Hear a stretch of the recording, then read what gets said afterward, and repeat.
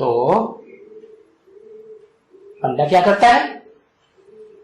पंडा रास्ता बनाता है तीर्थ स्थान जाने का।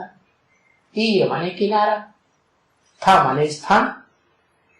ऐसा स्थान जाके दिखाता है जहां तुम एक ठिकाने पे लग जाओ परमानेंट। क्या इधर उधर भटकने की दरकार नहीं। तो वो ऊंचे के ऊंचा ठिकाना बाप ने बताया, शिव बाप ने।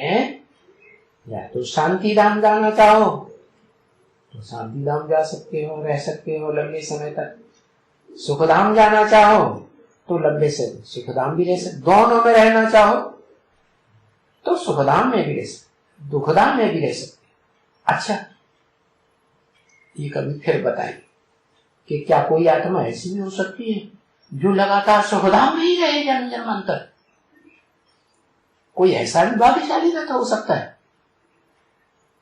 हाँ, जिस शरीर रूपी रथ में, जो रथ सार रूप में 5 तत्वों का भी सार है, पृथ्वी जल वायु अग्नि आकाश का जो सार, ऐसा तत्व जो कभी खत्म नहीं होता। क्या? तीनों काल में भी खत्म नहीं होता। क्यों? क्योंकि वो सत्य है। सत्य का कभी विनाश नहीं होता। ना असतो विद्यते भावो, ना भावो विद्यते सत्य।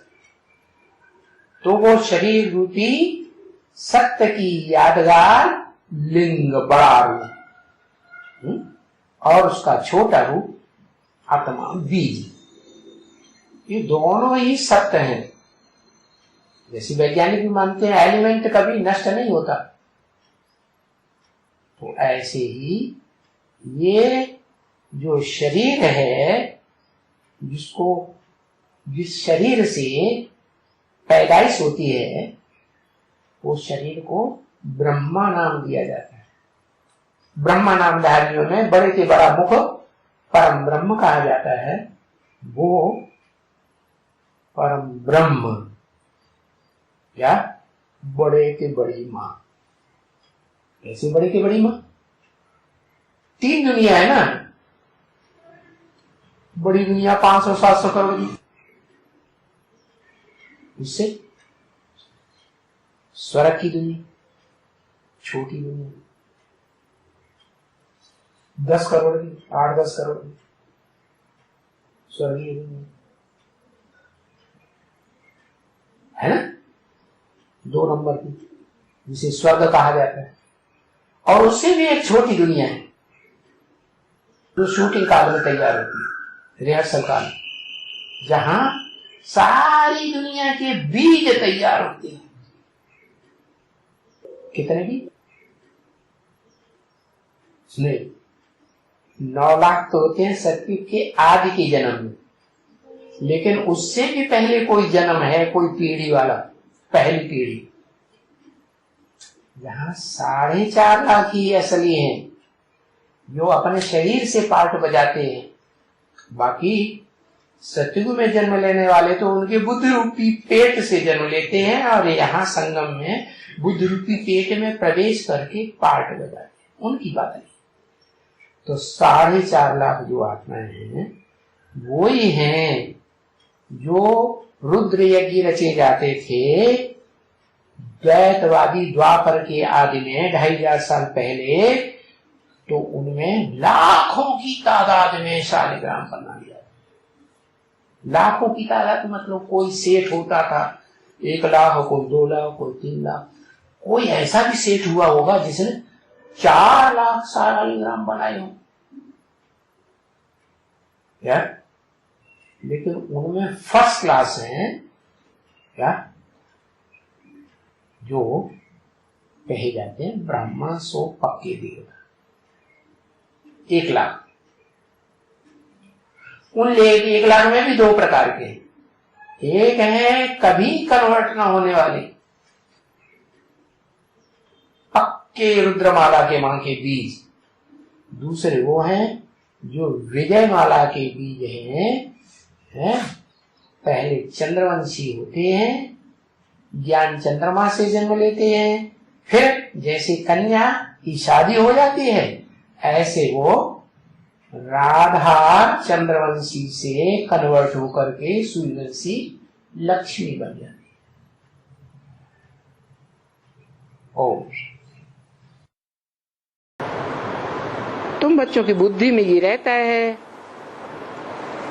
कि बरोबर बाबा और पीछे है सूक्ष्म बतन।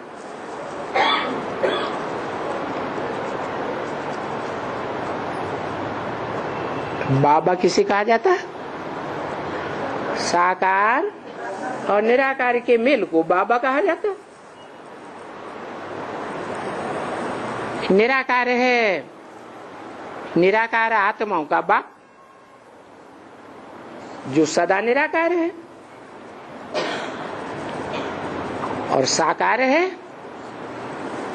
सारी साकार मनुष्य सृष्टि का बाप। बीज को बाप कहा जाता है। बीज कभी लोप नहीं होता। इस सृष्टि में वो मनुष्य सृष्टि का एक बीज ही है जिसका कभी लोप नहीं होता। जैसे गीता में कहा है, ना सतो विद्यते भावो ना भावो विद्यते सतः। सत्य का कभी लोप नहीं होता है। तो इस दुनिया में जो भी मनुष्य मात्र हैं, उन सबका जो एक बीज है, उसका इस सृष्टि पर कभी लोप नहीं होता। वो इस सृष्टि पर सदा कायम है।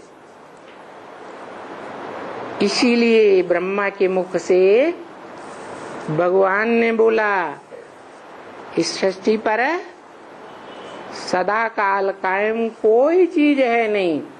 सदा काल का कायम सिर्फ एक शिव बाबा ही है।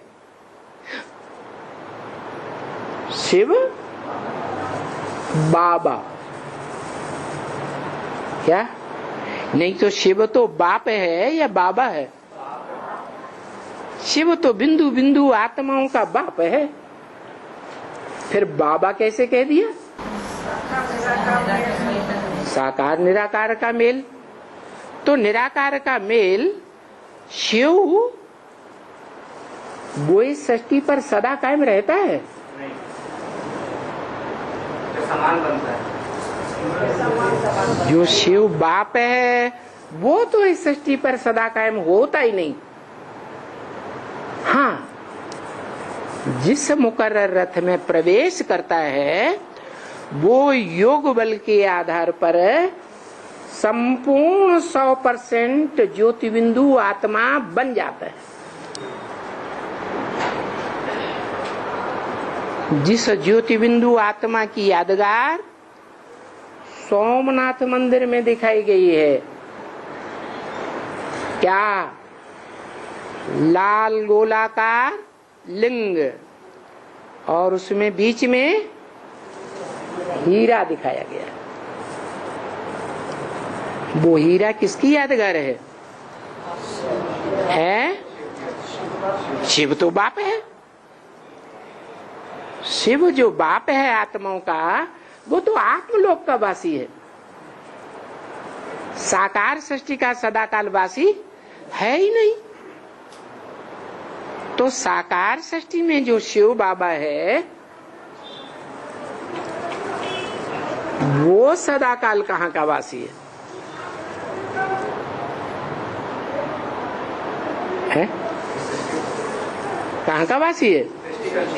साकार सृष्टि का वासी है। तो वो निराकार आत्माओं का बाप जो निराकारी लोक का सदा रहने वाला है, सदा शिव कहा जाता है। वो सदा शिव इस सृष्टि पर जब आता है तो विरुद्ध लेता है, मैं तुम बच्चों को नंबरवार आप समान बना करके जाऊंगा।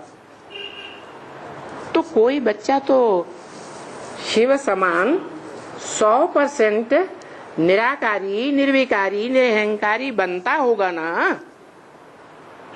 नहीं बनता होगा? बनता है। जो बनता है उसका नाम शिव के साथ सदा जोड़ा जाता है। क्या कहते हैं? शिव शंकर भोलेनाथ। तो देखो, साबित हो गया कि शिव इस सृष्टि का सदा कालवासी नहीं है, साकार सृष्टि का। इस सृष्टि का सदा कालवासी वो है आत्मा जो योग बल से अपन को शिव समान निराकारी, निर्विकारी, निरहंकारी बना लेती है। वो आत्मा निराकारी भी और साकारी भी, माने वही आत्मा है जिसके लिए गीता में बोला है अव्यक्त मूर्तिना। क्या? मूर्ति भी है, माना साकार भी है, और अव्यक्त भी है। अव्यक्त माने जो आंखों से दिखाई देने योग्य नहीं है, माना संपूर्ण आत्मा है। आत्मा इन आंखों से दिखाई नहीं देती है, तो उसका यादगार शिव के मंदिरों में दिखाया जाता है। उन शिव के मंदिरों में से जो एकदम सात्विक स्टेज वाला मंदिर था वो कौन सा था? सोमनाथ मंदिर। उस सोमनाथ मंदिर में वो लिंग भी दिखाया और वो निराकार आत्मा भी हीरे के रूप में दिखाई गई। वो हीरे के रूप में आत्मा हीरो पार्टधारी है। शिव तो सदैव जीरो है, वो कभी हीरो बनता ही नहीं। वो कहता भी है मैं न पूज्य बनता हूं न पुजारी बनता हूं। तो सोमनाथ मंदिर में जो शिवलिंग दिखाया गया और उस लिंग में हीरा दिखाया गया, वो आत्माओं के बाप शिव की यादगार है क्या? शिव की यादगार नहीं है, क्योंकि शिव ने तो स्पष्ट बोल दिया ब्रह्मा के मुख से। क्या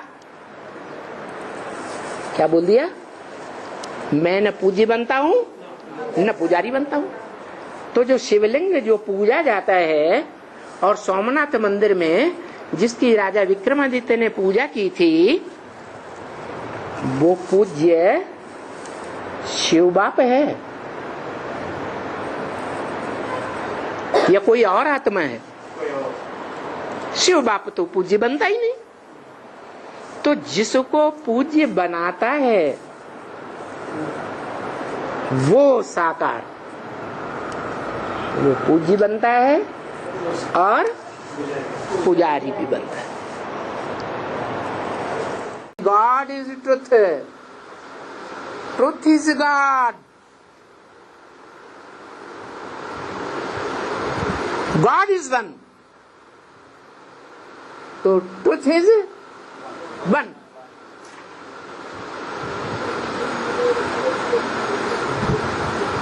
तो इस सच्चरूपी रंगमंच पर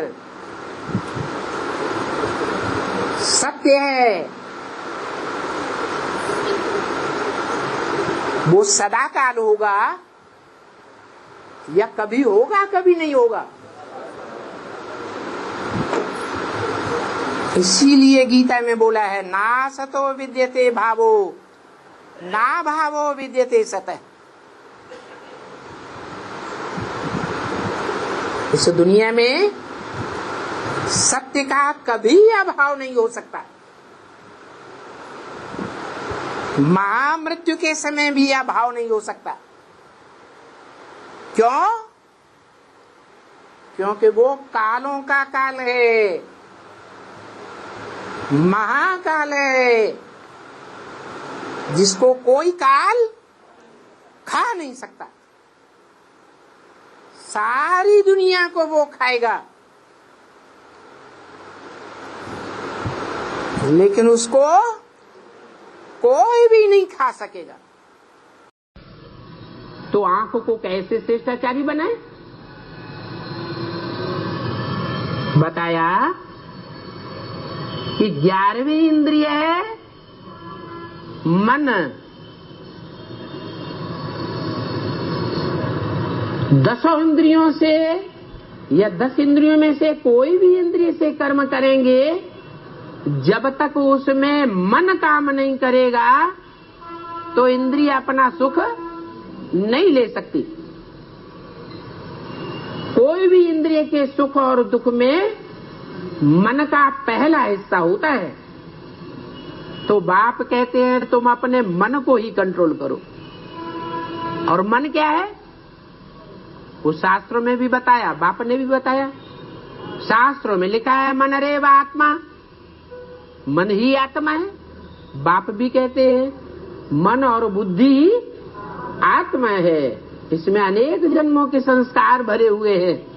इस मन बुद्धि रूपी आत्मा को पहचानो। वो निराकार बाप,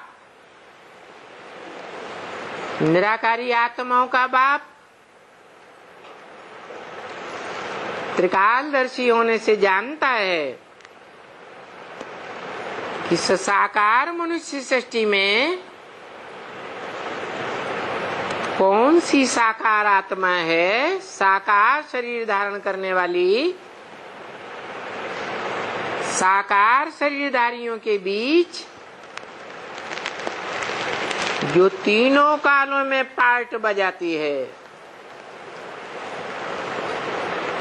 तीनों कालों में इस संसार में सत्य है।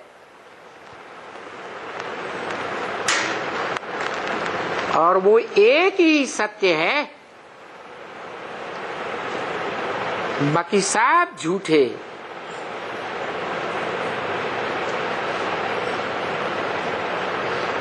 क्योंकि मनुष्य सृष्टि में इस मनुष्य सृष्टि रूपी वृक्ष की एक ही आत्मा है, जो मनुष्य सृष्टि वृक्ष का बीज है।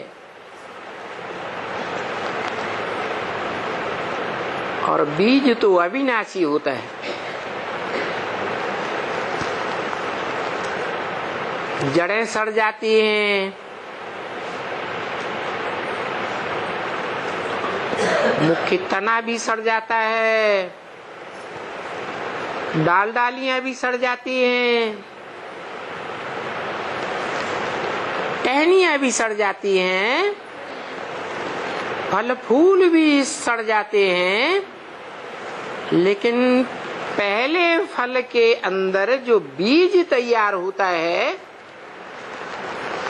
वो अविनाशी है। इसलिए जो खेती करने वाले किसान हैं वो जानते हैं कि कोई भी फसल हो, पेड़ हो, पौधा हो, उसका जो पहला बीज होता है वो नई फसल बनाने के लिए सबसे पावरफुल माना जाता है। तो इस मनुष्य सृष्टि का जो वृक्ष है जब पुराना होता है, सारा वृक्ष भी भले सड़ जाए, लेकिन जो पहला बीज है वो इतना पावरफुल होता है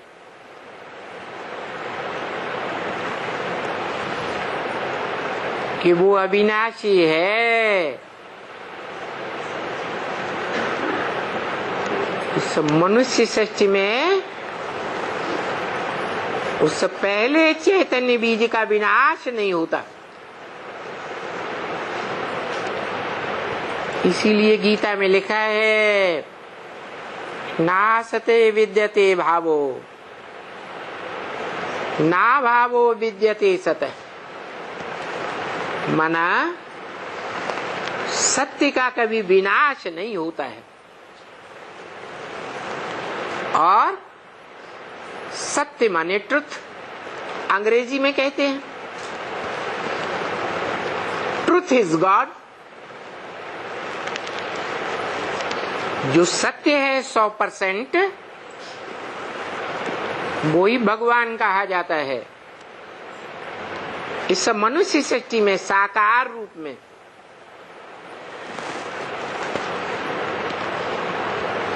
और गॉड इज वन,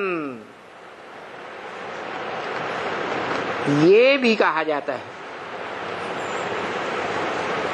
कि भगवान एक है। दो भगवान नहीं हो सकते।